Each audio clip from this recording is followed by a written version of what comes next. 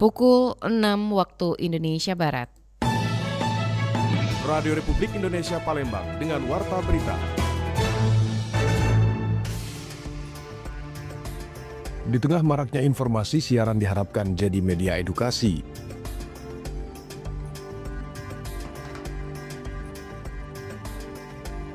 Rp3.000 liter bahan bakar disiapkan di SPBU Tol Sumatera Lampung.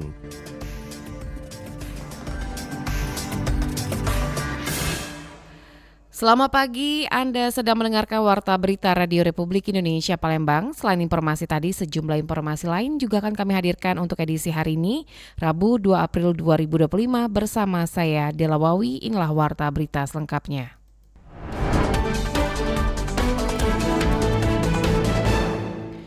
Di tengah maraknya informasi melalui berbagai media, semua pelaku penyiaran diharapkan bisa menjadikan siaran sebagai media edukasi yang baik. Memperingati Hari Penyiaran Nasional dengan tema Penyiaran Indonesia Tumbuh Kuat dengan Harmoni, diharapkan penyiaran di Indonesia khususnya dapat memberikan manfaat secara edukasi bagi masyarakat yang luas. Hal tersebut diungkapkan wartawan senior Sumatera Selatan Firdaus Komar. Menurutnya, sejauh ini penyiaran yang ada di tanah air sudah memberikan manfaat yang sangat baik, terkhusus edukasi kepada masyarakat dan juga bisa mengcounter semua informasi yang beredar seiring kemajuan zaman media sosial yang terus berkembang. Informasi yang memang betul-betul mengklirkan suatu informasi, jangan sampai masyarakat tersesat atau tidak bisa membedakan mana yang benar dan mana yang tidak benar. Artinya terkait dengan konsumsi informasi ini memang sangat penting, sangat perlu masyarakat juga punya pengetahuan berkaitan dengan upaya untuk memverifikasi suatu fakta, mengedukasi masyarakat sebagaimana tercantum berkaitan dengan peran. Selain memberikan edukasi, Firdaus Komar juga mengharapkan agar penyiaran di tanah air dapat menjadi salah satu senjata untuk melindungi segenap bangsa Indonesia melalui media informasi atau siaran. Dari Palembang, Sumatera Selatan, Aditya melaporkan. Sementara itu, Hari Penyiaran Nasional yang diperingati setiap 1 April menjadi momentum penting untuk mengapresiasi peran para penyiar dalam menyampaikan informasi, edukasi, dan hiburan kepada masyarakat. Di tengah arus digitalisasi yang semakin semakin pesat, penyiar tetap menjadi garda terdepan dalam menyampaikan berita yang akurat dan terpercaya. Salah satu penyiar swasta di Palembang, Yuda Roshid, mengungkapkan tantangan dunia penyiaran saat ini semakin kompleks di era digital ini. Menurutnya penyiar tidak hanya bersaing dengan media konvensional, tetapi juga dengan platform digital yang berkembang pesat. Namun tugas utama kita sebagai penyiar tetap sama, yaitu menyampaikan informasi yang benar dan membangun kepercayaan publik. Kita harus bisa menghadirkan informasi yang menarik, terus juga edukatif, dan juga tetap menjaga etika jurnalistik. Itu nomor 1 nih. Penyiar juga harus bisa menyesuaikan diri nih dengan perubahan zaman tanpa kehilangan esensi dari tugasnya. Kalau di Palembang itu selalu berusaha menghadirkan konten yang dekat dengan kehidupan masyarakat, mulai dari isu lokal dan juga ada budaya hingga hiburan khas di daerah kita. Menurut Yuda, profesi penyiar bukan sekedar menyampaikan berita, tetapi juga membangun komunikasi yang baik dengan pendengar. Hari Penyiaran Nasional menjadi pengingat bahwa peran penyiar tetap vital dalam kehidupan masyarakat, terutama dalam menangkal hoaks dan menyampaikan informasi yang valid. Dengan semangat profesionalisme dan adaptasi terhadap perkembangan teknologi, dunia penyiaran di Indonesia diharapkan terus berkembang dan tetap menjadi sumber informasi yang dapat dipercaya. Pendengar, berikut ragam komentar masyarakat.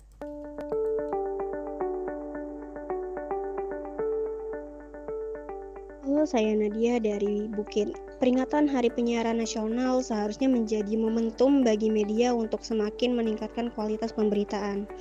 Saat ini masih banyak informasi yang tidak jelas kebenarannya yang beredar di masyarakat. Nah, media memiliki tanggung jawab besar untuk memberikan berita yang akurat, berimbang, dan juga mendidik. Saya harap media bisa lebih selektif lagi dalam menyajikan berita serta lebih tegas dalam menangkal hoaks yang beredar di masyarakat. Halo, saya Dea dari Morenim. Media memiliki peran penting dalam masyarakat. Harapannya di Hari Penyiaran Nasional, media dapat mengevaluasi terkait dengan sistem kerjanya. yang mana bukan hanya sekedar memberikan informasi kepada masyarakat, namun juga dapat menjadi garda terdepan dalam melawan berita bohong atau hoaks. Baik itu dengan memberikan berita yang akurat atau bahkan dengan cara meningkatkan literasi media kepada masyarakat. Saya Rizky dari Kertapati. Peringatan Hari Penyiaran Nasional menjadi momen bagi masyarakat untuk menilai peran media. Banyak yang mengapresiasi kontribusi media, namun juga khawatir dengan penyebaran hoax. Harapannya, media lebih ketat lagi dalam memverifikasi informasi, mengutamakan akurasi, dan berperan dalam literasi media. Media bekerja sama dengan pihak berwenang untuk memberantas hoax dan menyajikan konten yang lebih bertanggung jawab, akurat, dan terpercaya. Halo, saya Rani dari Palembang. Saya sering melihat berita yang simpang siur di media sosial.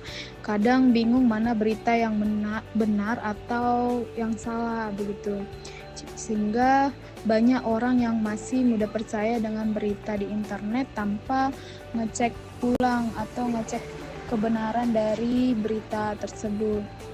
Jadi menurut saya media ini harus punya tanggung jawab besar untuk menyaring informasi sebelum disebarkan. Dan harapan saya semoga media juga lebih aktif dalam memberikan klarifikasi terhadap berita yang menyesatkan.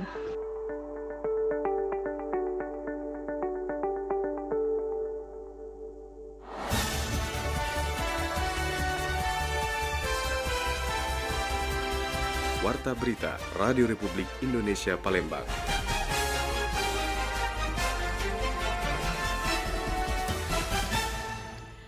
Sebanyak 3.000 liter bahan bakar khusus per hari disiapkan pada sejumlah SPBU modular di Jalan Tol Sumatera Selatan, Lampung untuk memastikan ketersediaan bahan bakar selama angkutan mudik Lebaran. Pertamina Patraniaga Sumbaksel memastikan ketersediaan pasokan bahan bakar minyak bagi pemudik Lebaran tahun 2025. Sebanyak 8 stasiun pengisian bahan bakar umum atau SPBU modular disebar di sepanjang Jalan Tol Lampung-Palembang dan Tol Palembang-Prabu Mulih. Langkah ini bertujuan mempermudah para pemudik untuk mengisi bahan bakar kendaraannya. SPBU modular hadir sebagai solusi praktis dan modern. Fasilitas pengisian BBM yang mudah dipindahkan ini dilengkapi dengan sistem pengisian cepat dan efisien. Keberadaannya menjadi angin segar terutama di rest area yang belum memiliki SPBU permanen. Sales Area Manager Pertamina Patraniaga Wilayah Lampung Bima Kusuma Aji mengungkapkan kesiapan pihaknya dengan menyiapkan 8 SPBU modular selama arus mudik Lebaran, terdiri dari 6 SPBU modular untuk ruas tol Lampung-Palembang dan 2 di ruas tol Palembang Prabu Mulih. Adanya SPBU modular dan Serambi My Pertamina pada momen mudik kali ini menjadi salah satu komitmen Pertamina untuk selalu hadir dalam perjalanan masyarakat dan sebagai bentuk kepedulian serta pelayanan kami agar masyarakat dapat menikmati momen perjalanan mudik untuk bertemu keluarga tanpa hambatan. Untuk kemudahan seputar informasi layanan Pertamina terdekat dari lokasi dimanapun Anda berada maupun keluhan kendala pelayanan kami, dapat menghubungi Pertamina Call di 135 atau melalui aplikasi My Pertamina. Selamat mudik, hati-hati di jalan, semoga selamat sampai tujuan dan segera bertemu dengan keluarga tercinta. Adapun rincian lokasi SPBU modular di Tol Lampung-Palembang adalah sebagai berikut. Arah menjauh Pelabuhan Bakahuni di KM 20A dan KM 277A. Arah menuju Pelabuhan Bakahuni di kilometer 49B, KM 269B, KM 305B, dan KM 360B. Sementara itu untuk ruas tol Palembang Prabu Mulih, Pertamina menyiagakan 2 unit SPBU modular di KM 56A dan 56B. Riana Pridani melaporkan. Perumda Tirtamusi Palembang selama liburan Lebaran memastikan distribusi air bersih tetap aman. Perusahaan Umum Daerah Perumda Tirtamusi Palembang memastikan distribusi air bersih tetap aman selama libur hari Idul Fitri 1446 Hijriah. Layanan kepada pelanggan juga akan berjalan normal dengan petugas yang disiagakan 24 jam untuk memastikan kelancaran distribusi dan mengantisipasi kebocoran. Direktur Operasional Perumda Tirtamusi Rahmat mengatakan, pihaknya telah menyiapkan langkah antisipasi agar pasokan air tetap stabil. Pihaknya juga memastikan distribusi air bersih tetap lancar selama libur Lebaran. Kalau konsumsi biasanya rata-rata pemakaian pelanggan ini sekitar 1 kubik per hari. Ini kemungkinan akan menjadi rata-rata berdasarkan tahun kemarin itu sekitar 1,5 kubik per hari. Artinya sekitar akan naik sekitar 150.000 kubik. Akan terjadi peningkatan di akhir puasa dan di awal pagi untuk Idul Fitri. Menurut Rahmat, petugas akan disiagakan penuh untuk menangani kemungkinan gangguan di lapangan. Perumda Tirta Musi juga memprediksi konsumsi air bersih akan meningkat selama libur Idul Fitri jika biasanya pengguna air rata-rata 1 kubik per langganan per hari. Angka tersebut diperkirakan akan naik menjadi 1,5 kubik. Lamsihar Silitonga melaporkan.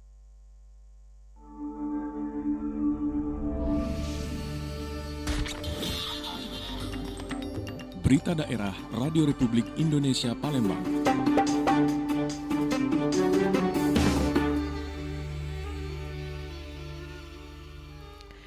Sebanyak 894 narapidana lapas kelas 2A Banyuasin terima remisi Hari Raya Idul Fitri 1446 Hijriah. Dari jumlah tersebut, 11 orang langsung bebas di Hari Raya Idul Fitri.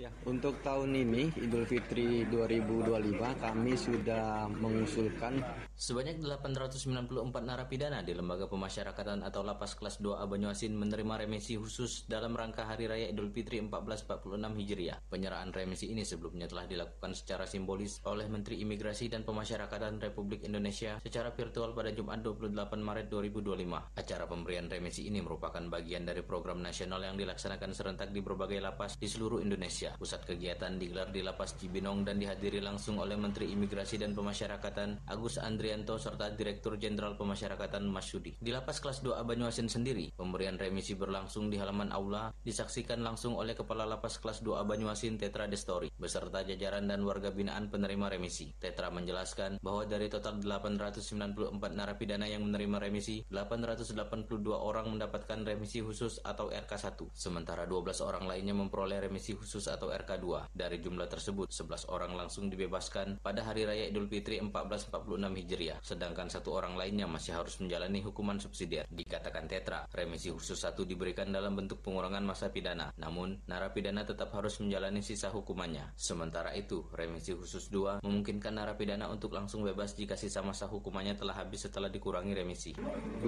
yang akan keluar bebas pada Hari Raya Idul Fitri. 12 ya, 12 orang. Untuk yang sisanya itu ada pengurangan? Sisanya hanya pengurangan hukuman.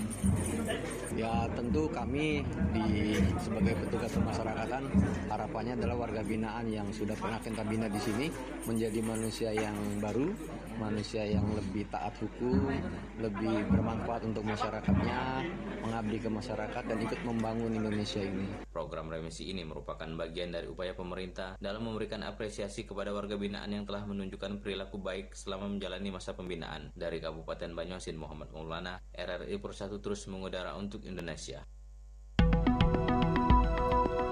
Informasi tadi mengakhiri warta berita pagi ini. Sebelum berpisah, kami sampaikan kembali topik berita aktual pagi ini. Di antaranya, di tengah maraknya informasi, siaran diharapkan jadi media edukasi. 3.000 liter bahan bakar disiapkan di SPBU Tol Sumatera, Lampung. Informasi lainnya dapat Anda akses melalui website kami di rri.co.id. Mewakili kerabat kerja yang bertugas, saya Dela Wawi undur diri dan sampai jumpa.